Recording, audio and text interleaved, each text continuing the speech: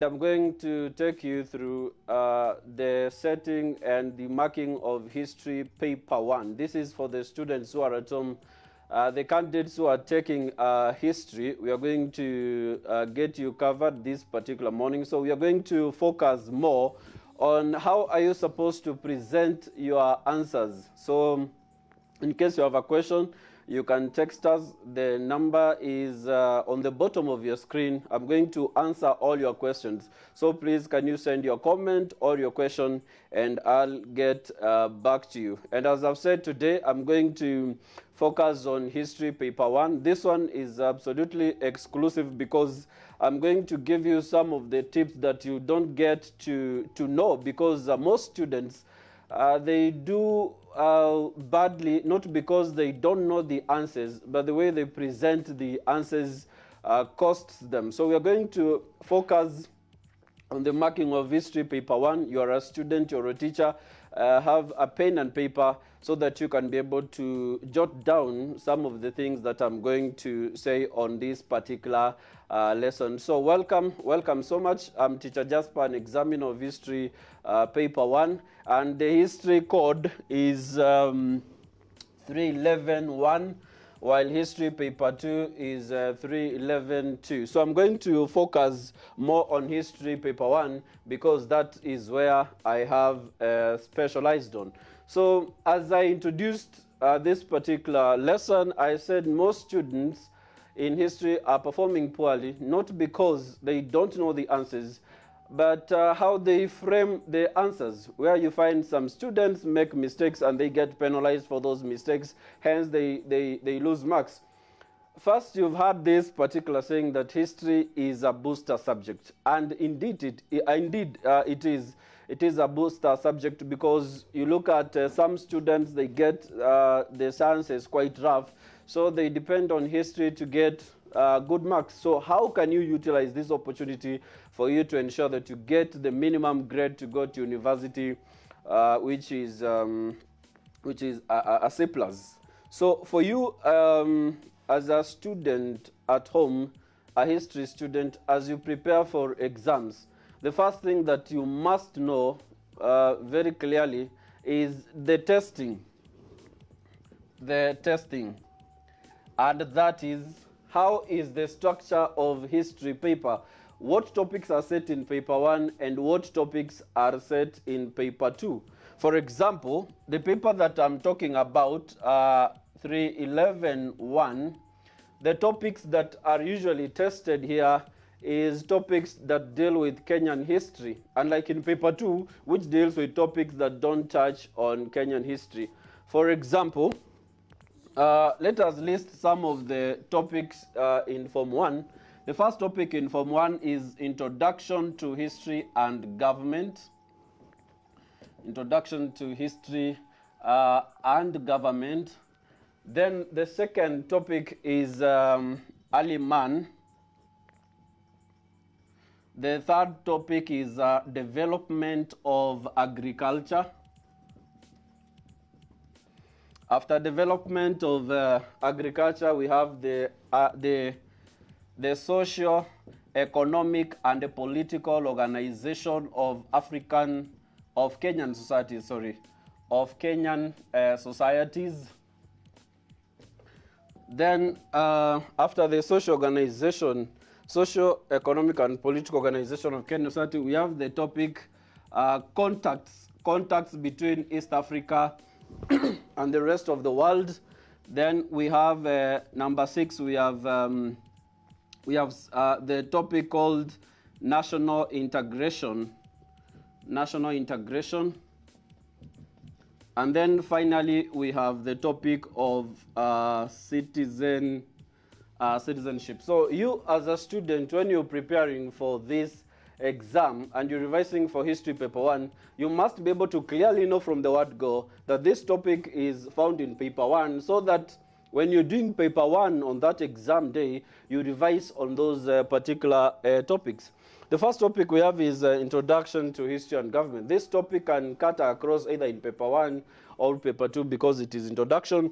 Then you have Early Man. Early Man is a paper 2 topic.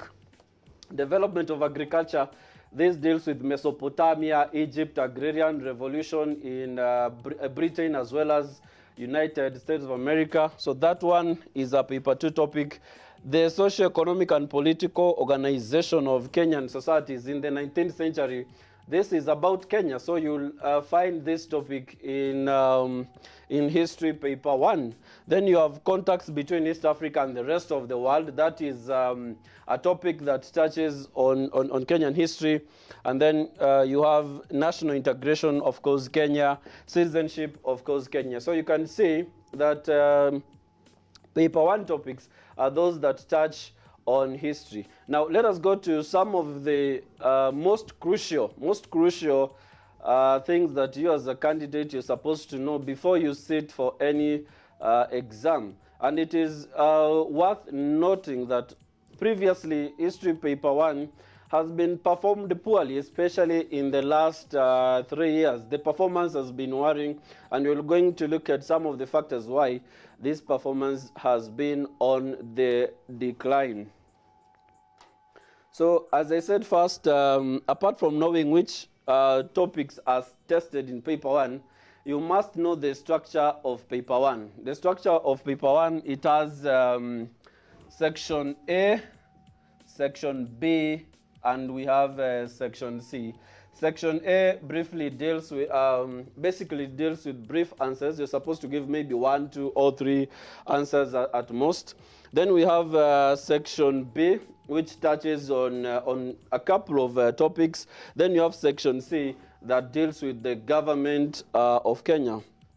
So the questions about government of Kenya will appear in section C.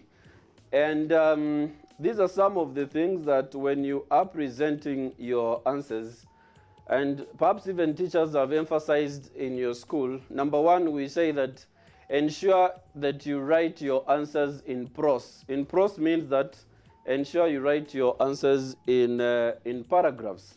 Let us assume this is your exam paper. This is your exam paper. I'm demonstrating what you're supposed to do. So this is your exam paper, and we are saying that ensure you write your answers in prose. In prose means you give your answers in paragraphs. We discourage students from numbering their answers, for example, saying 1, 2, 3, or some of the students, you can find them using stars like that, or even others, you'll find them using a bulletin. That one is highly discouraged. You're supposed to write in paragraphs. Let us say the question is question 18B. Describe the social organization of the Agikuyu. And then as a student, you have your points already on your fingertips. So you will start your answer first by saying the family was the basic social unit headed by the father. This is during the 19th century. Of course, nowadays you can have families that are headed by a mother, but in the 19th century, we had families headed by the father. So that is your point. This is a complete point. And in order for your work to be very clear and cogent, you are encouraged to skip a line. You are encouraged to skip a line as you go to the next point. Perhaps the next point you're talking about is they practiced circumcision. They practiced circumcision. They practiced the circumcision of both boys and girls. So that is the end of your point. Then, as I have outlined here, is that you must skip a line. Of course, it is not a must, but if you want your work to be clear, you don't want to lose a mark at any point, then you must skip a line so that the examiner is able to see every point that you have written. Therefore, we are saying that ensure you write in paragraphs, avoid numbering, that we see most candidates are doing, or some they start with hyphen like this. This one is highly discouraged. So ensure you write in paragraphs, and to make your work to be more clear, to be cogent, ensure that you skip a line after each point. Not skipping a line, sometimes you might find the examiner is marking quite fast and your point might be ignored. So ensure you skip a line after each point. And sometimes even for us examiners, as we mark, you find that a student who has skipped a line, the work is quite clear and you enjoy marking. Then the fourth crucial point here is that before we go to the fourth point, let us take a quick break. We'll be right back. So keep on sending your questions on the number that is below on your screen. So we are right back.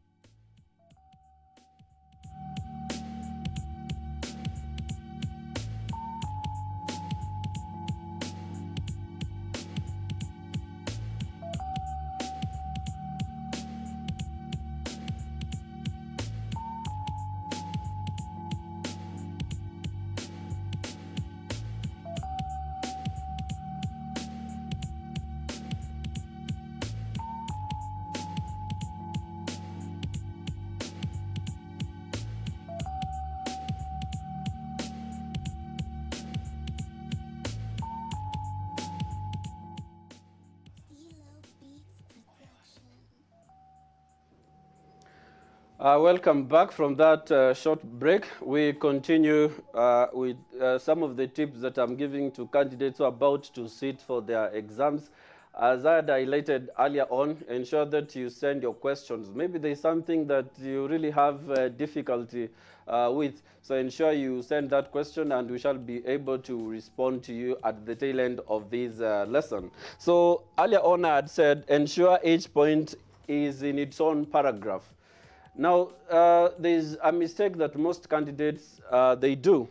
That is heaping points together.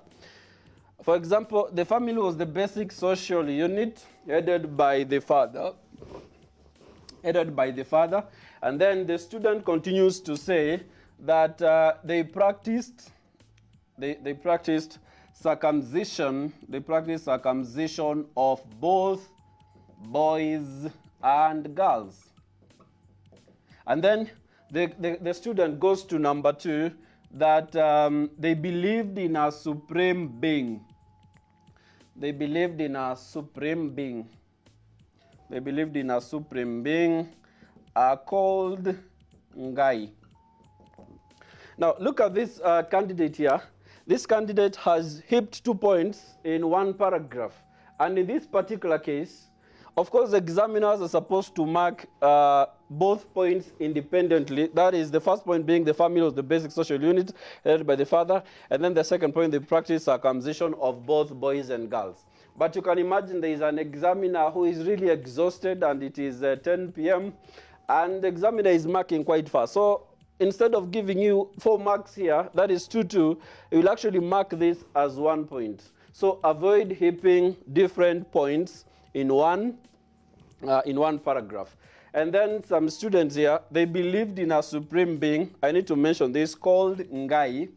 Maybe you've been told, describe the social organization of the Abagusi, and then you reach at a point where you're saying that they believed in a supreme being. But you as a candidate, you're in the exam room, you try to remember what name was their god, their supreme being being given. You can't remember. So avoid that part. In case you don't know the name, the indigenous name of that god, avoid it, because you can write that they believed in a supreme being called Nyasai. In such a case now, that will actually nullify the entire point that you had given. So if you don't know the name of the god, just avoid it. But as a candidate right now, we are telling you, you better master them, because this question is a common question in question 18.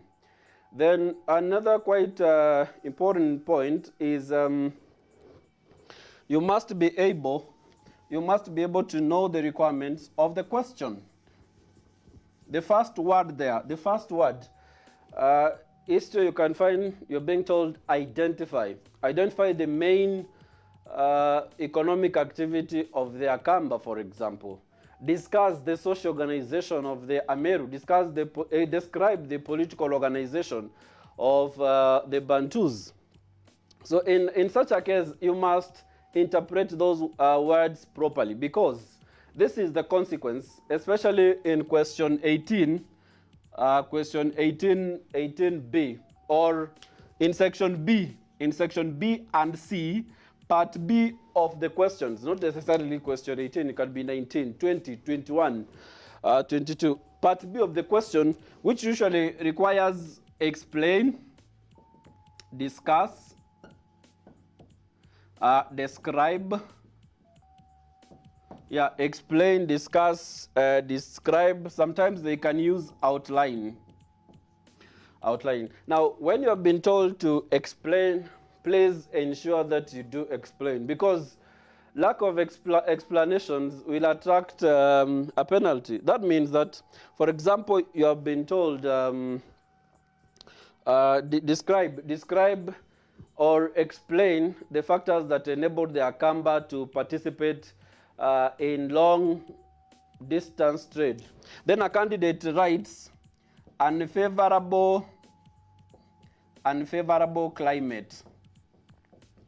In this case, this candidate has not explained his point. He has just written unfavorable climate, and therefore you don't deserve 2 marks, you just deserve 1 mark, and therefore the examiner will put a tick, but however it is a half tick, so you'll get 0, 0, 1.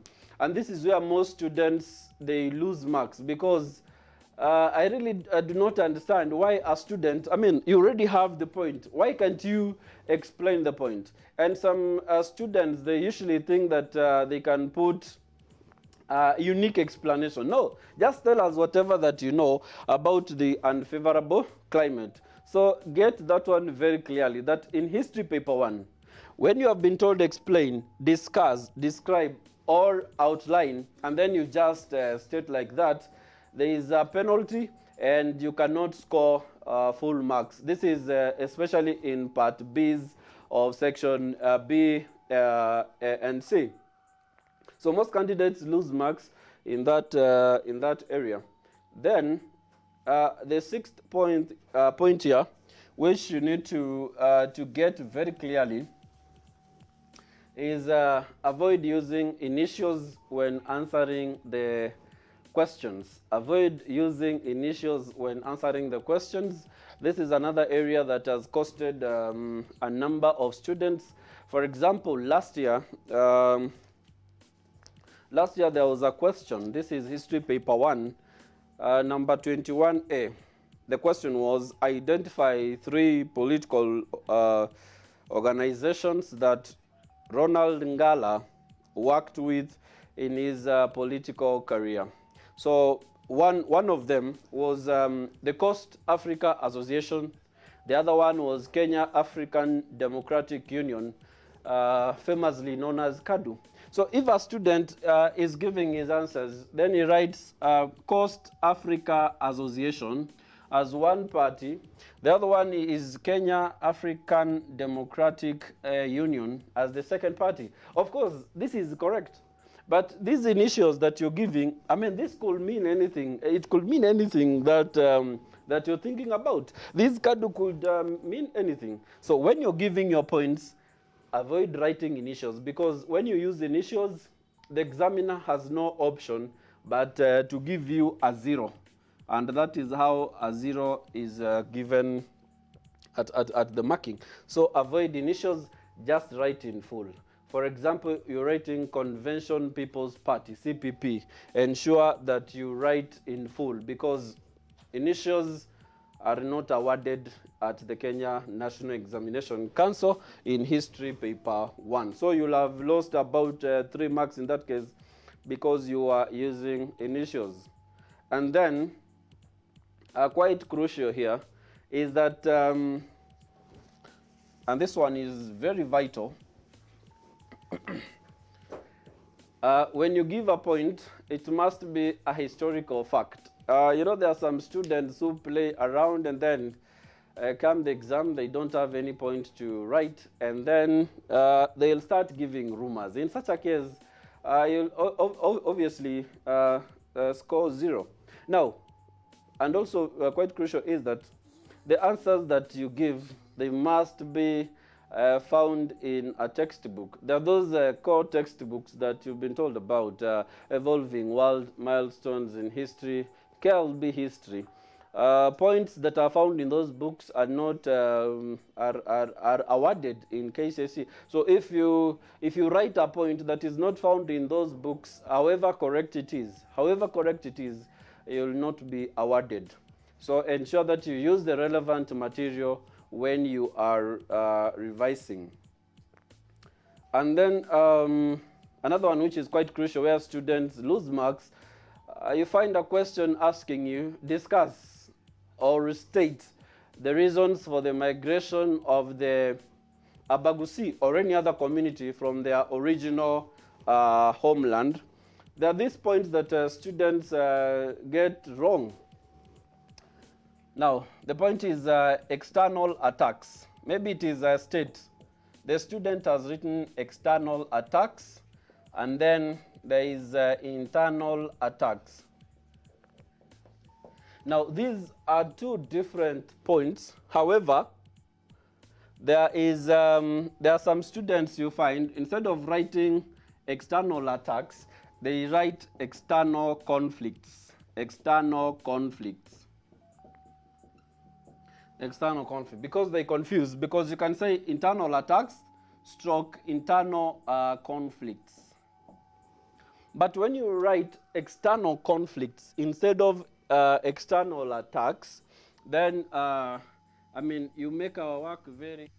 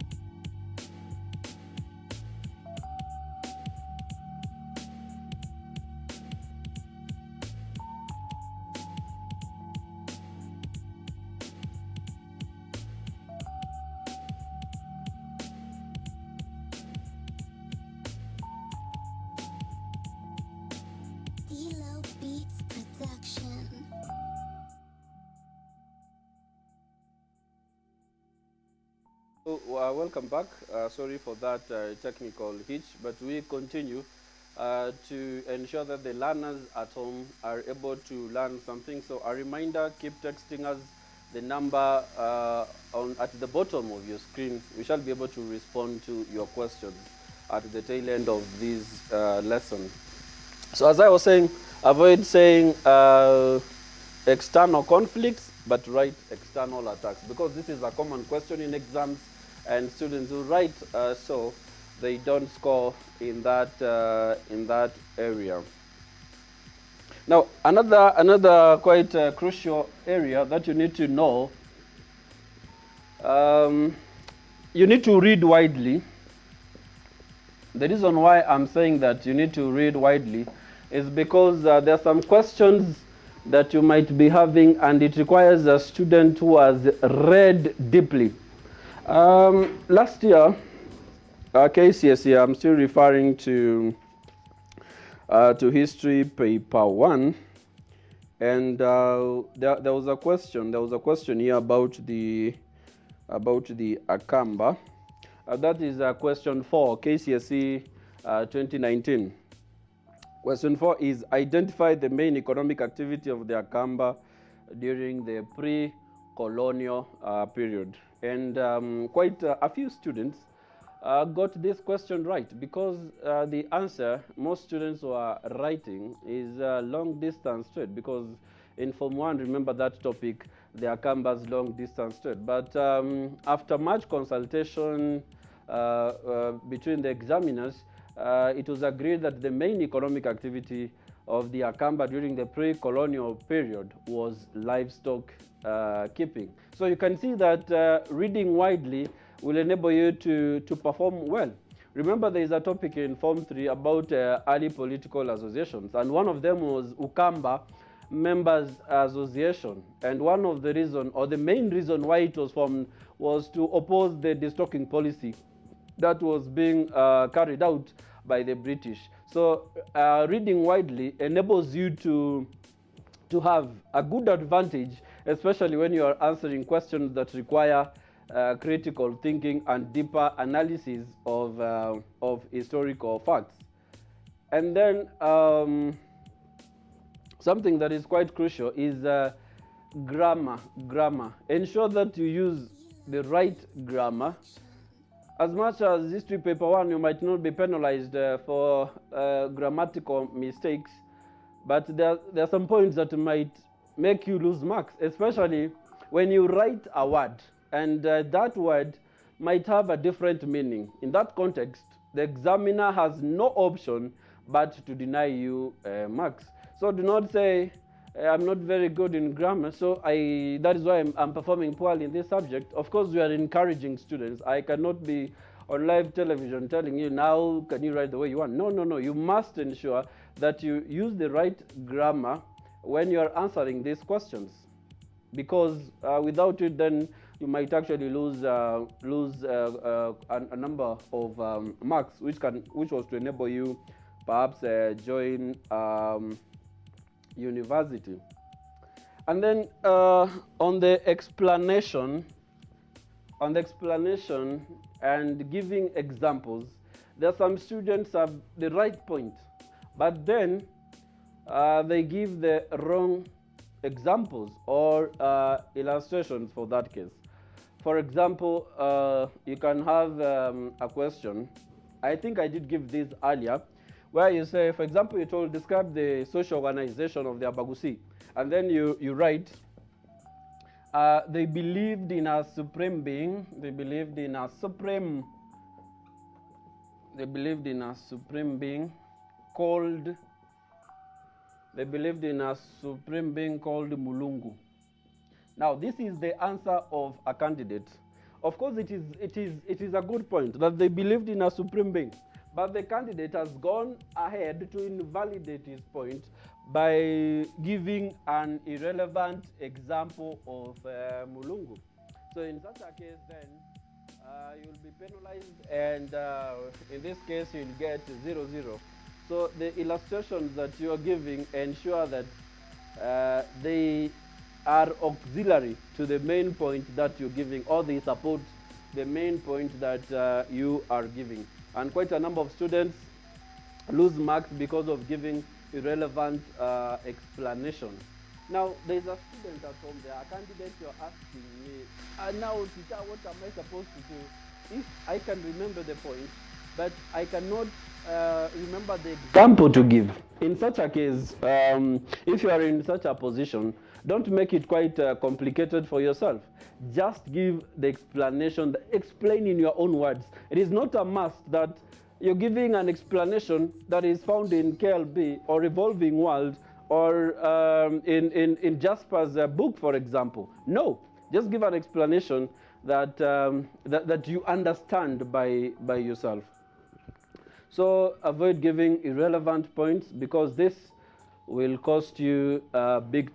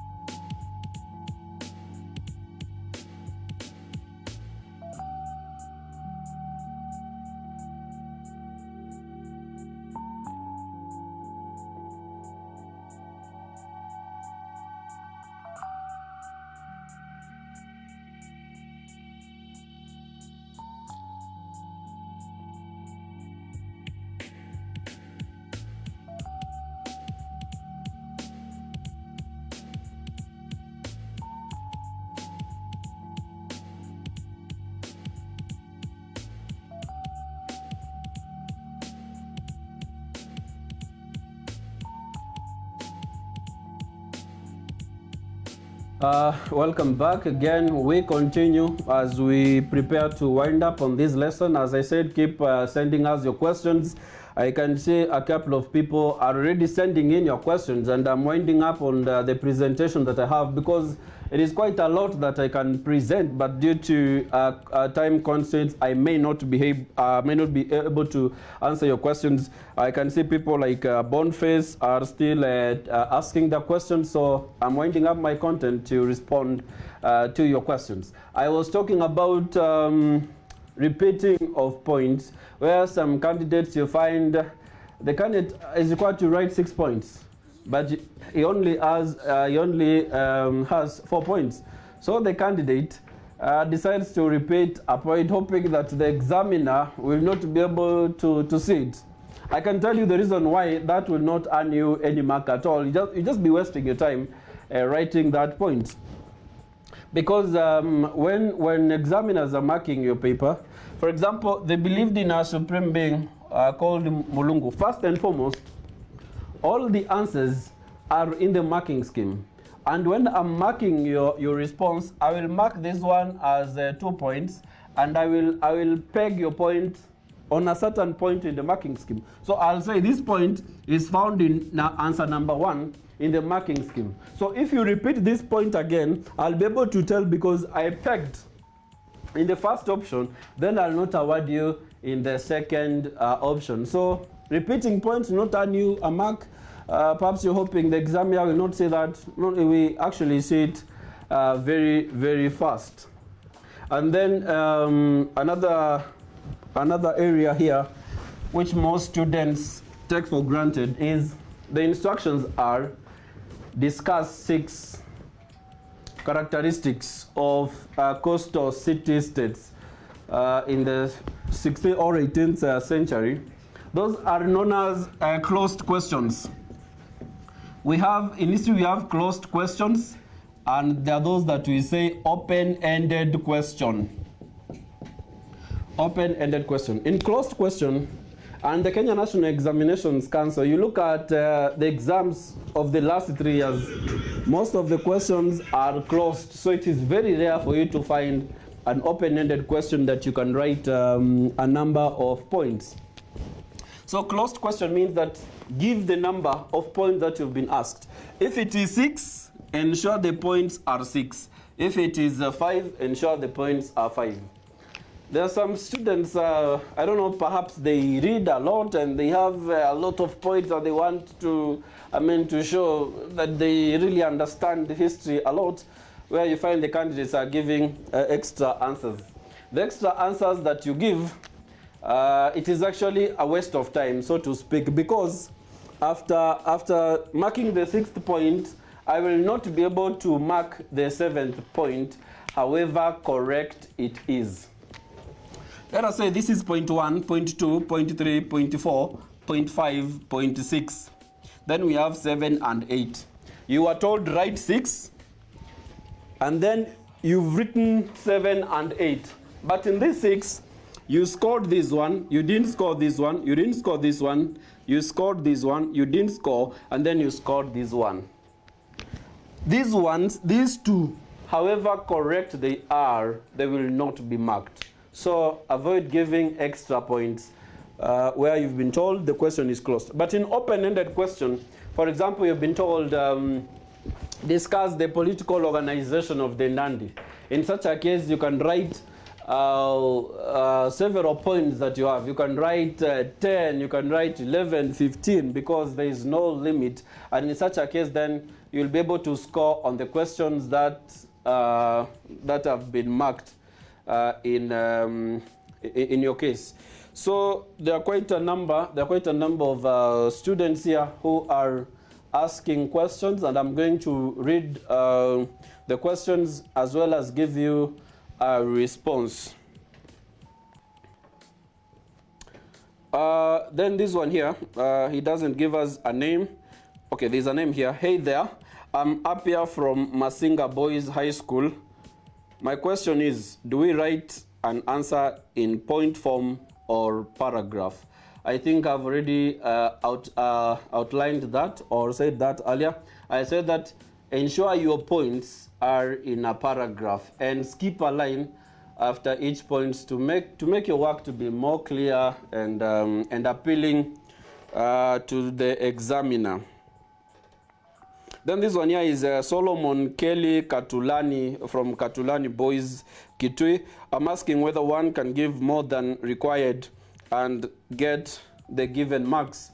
I've already said that in a short while that if you give an extra point, that will be for decoration purposes for your paper. So avoid giving an extra point because it will not give you a mark. If it is 2, ensure you give 2. And it is very vital to say this. Perhaps the question is asking you, give 3 examples, give 2 examples of Western Bantus. Then the candidate writes Abaluya, then Abagusi, and then the candidate also writes Abasuba. And then because it is in an answer sheet, then the candidate adds Luo. So these are the answers of a candidate. And the question is that as an examiner, are you going to mark downwards or are you going to mark across the line? Because this candidate was asked, name 2 examples of Western Bantus, and then he has given 4. So in such a case, answers are read across the line. So Abaluya, you'll get 1 mark. Then Luo, you'll get 0. Abagus, you are requested to give 2. So therefore, in this case, you'll just score 1/2. You just score this one. These correct answers the candidate gave, Abagusi and Abasuba. But I counted the responses, 1, 2. That is where I stopped. So this one was correct. However, the candidate was quite confused, and the candidate will score 0. So it is quite clear that you should give your responses accurately. Then another one here is,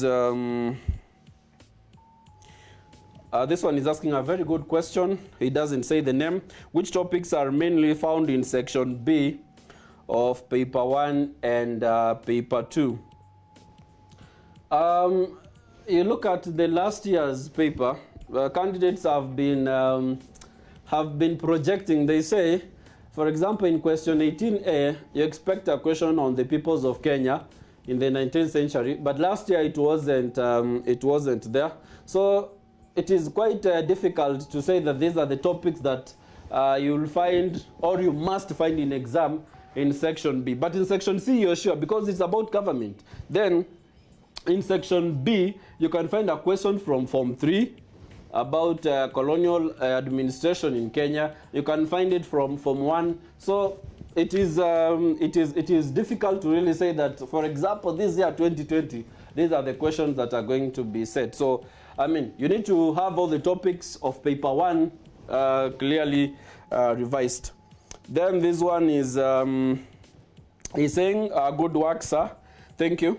Domi Nakome, he calls himself Mwana Falisafa. On the question, state 2 sources of history.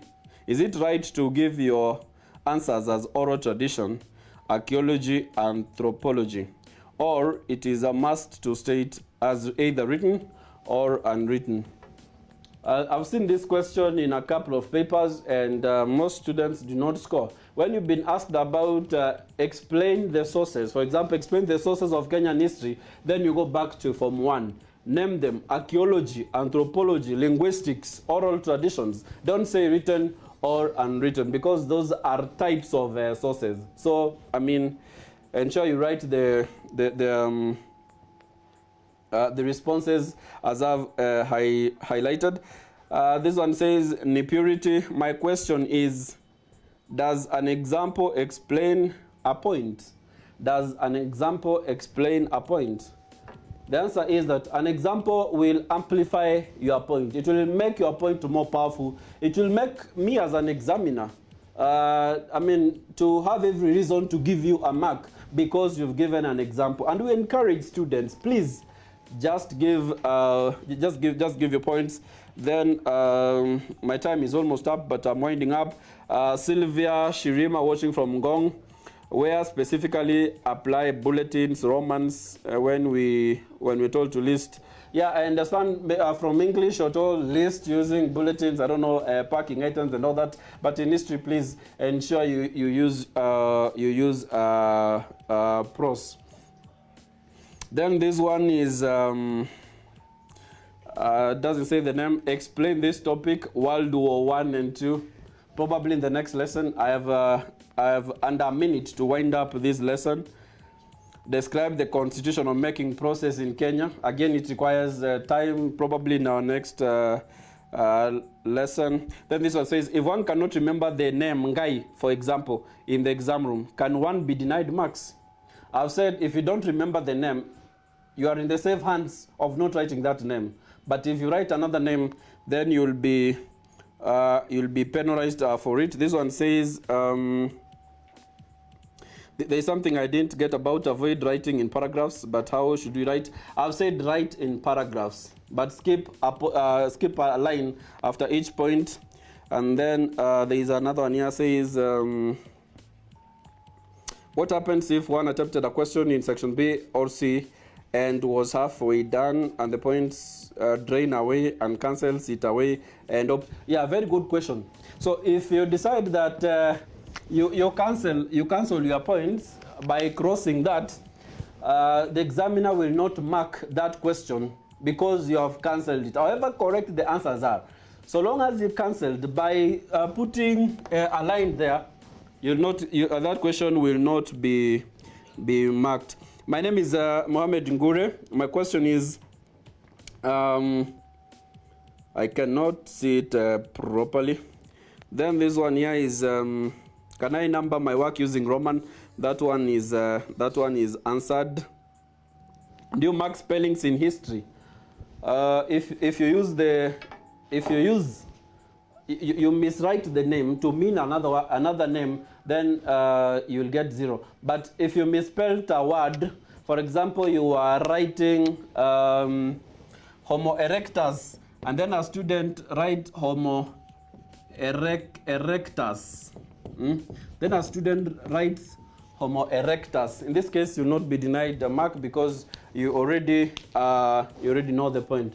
So until next week on Friday, we shall be able to cover more. As I said, my name is Jasper. I'm also the author of this book called Smart Grades in History. In case you need a copy, or you want to talk to me or more, you can call me via my number is 0711 873 512. 0711 873 512. I know you could be having questions which I've not tackled here. Perhaps you can reach me through that number. So thank you so much for your time. Until next Friday, continue watching KU TV. There are several lessons coming up, sciences for primary schools and even high school. We shall continue to get you covered. So thank you so much and happy Easter.